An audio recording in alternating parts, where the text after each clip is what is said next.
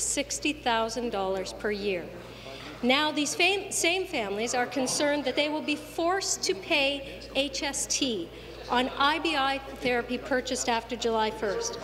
Will the minister today confirm that all families paying for IBI therapies out of their own pocket will not have to pay the hated HST?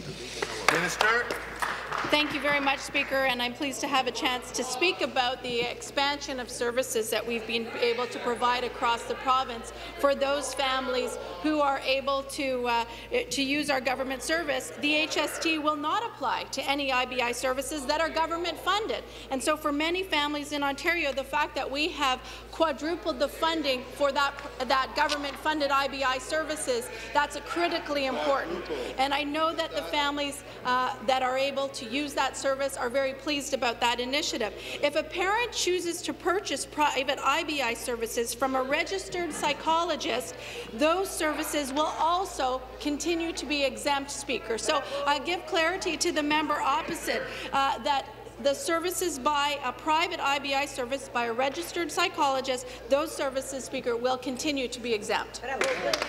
Supplementary member from Thornhill. That is not a clear answer, Minister. Minister, I have heard from parents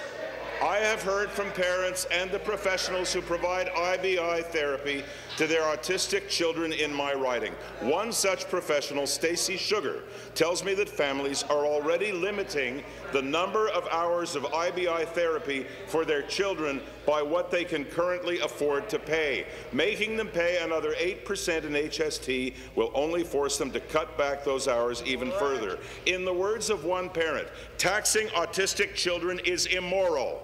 Minister, will you accept responsibility for the impact that HST on IBI therapy is going to have on autistic children in Ontario across the board?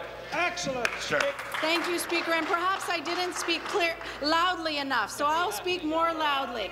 We have quadrupled autism spending from $44 million to $165 million, Speaker, since 03-04. More families are getting government-funded services, and those families will not pay any tax on the delivery of that service because we are providing that services. For families who purchase private IBI services from a registered psychologist, those services will continue to be exempt in the same way that they are currently exempt from the GST.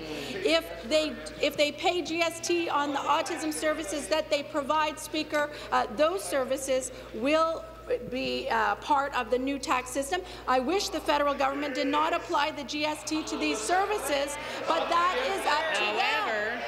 That's Flaherty's rule. It is her rule. Question, the Leader of the Third Party. Thank you, Speaker. My question is to the Premier. On April 30th, Hamilton's mayor wrote to the Premier with very specific requests regarding poverty reduction. Hamilton